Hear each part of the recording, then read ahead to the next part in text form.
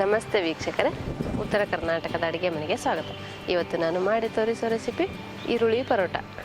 ಈರುಳ್ಳಿ ಪರೋಟ ಮಾಡಲು ಬೇಕಾಗಿರೋ ಸಾಮಗ್ರಿಗಳು: ಮೊದಲನೇದಾಗಿ ಅರ್ಧ ಬೌಲ್ ಗೋಧಿ ಹಿಟ್ಟು, 1 ಕಪ್ ಸಣ್ಣ ಕತ್ತರಿಸಿದ ಈರುಳ್ಳಿ, ಸ್ವಲ್ಪ ಅಜವೇನ, ಚಿಟಿಕೆ ಅರಿಶಿನ ಪುಡಿ, ರುಚಿಗೆ ತಕ್ಕಷ್ಟು ಉಪ್ಪು, 1 teaspoon chaat masala, 1 teaspoon ಅಚ್ಚ ಖಾರದ ಪುಡಿ, ಸ್ವಲ್ಪ ಕೊತ್ತಂಬರಿ, ಸ್ವಲ್ಪ ಕರಿಬೇವು.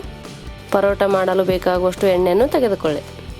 ಈರುಳ್ಳಿ ಪರೋಟ ಮಾಡುವ ವಿಧಾನ: ಮೊದಲನೇದಾಗಿ ಅರ್ಧ ಬೌಲ್ ಗೋಧಿ ಹಿಟ್ಟಿನಲ್ಲಿ ಸ್ವಲ್ಪ ಉಪ್ಪು ಹಾಕಿ, ಸ್ವಲ್ಪ ಅಜವಾನನ್ನು ತಿಕ್ಕಿ ಹಾಕಿ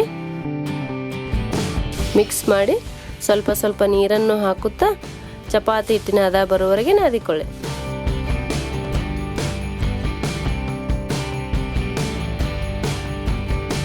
ಈ ರೀತಿ ಚಪಾತಿ ಹಿಟ್ಟಿನ ಹದ ಬರುವವರೆಗೆ ನಾದಿ ಮುಚ್ಚಳ ಮುಚ್ಚಿ 5 ನಿಮಿಷ ನೆನೆಯಲು ಬಿಡಿ. ಈಗ ಒಂದು ಪಾತ್ರೆಯಲ್ಲಿ ಸ್ವಲ್ಪ ಎಣ್ಣೆಯನ್ನು ಹಾಕಿ, ಎಣ್ಣೆ ಬಿಸಿಯಾದ ನಂತರ 1 ಕಪ್ ಈರುಳ್ಳಿ ಹಾಕಿ, ಸ್ವಲ್ಪ ಕರಿಬೇವು ಹಾಕಿ ಚೆನ್ನಾಗಿ ಹುರಿದುಕೊಳ್ಳಿ.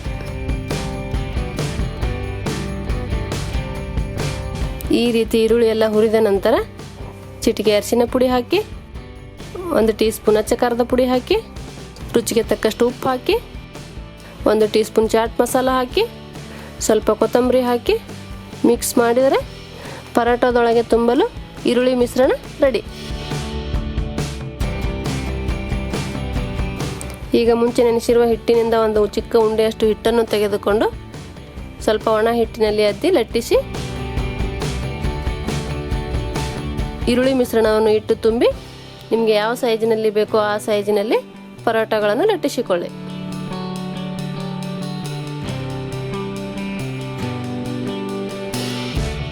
ಈಗ ಒಂದು ಸ್ಟೋವ್ ಮೇಲೆ ಹಂಚನ್ನು ಇಟ್ಟು ಹಂಚು ಬಿಸಿಯಾದ ನಂತರ ಲಟ್ಟಿಸಿರುವಂಥ ಪರೋಟ ಹಾಕಿ ಸ್ವಲ್ಪ ಎಣ್ಣೆ ಸವರಿ ಎರಡೂ ಬದಿ ಬೇಯಿಸಿದರೆ ರುಚಿಯಾಗಿರುವಂಥ ಈರುಳ್ಳಿ ಪರೋಟ ಸವಿಯಲು ರೆಡಿ.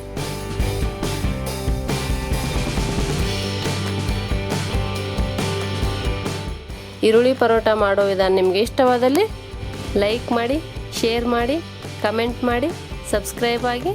ಧನ್ಯವಾದಗಳು.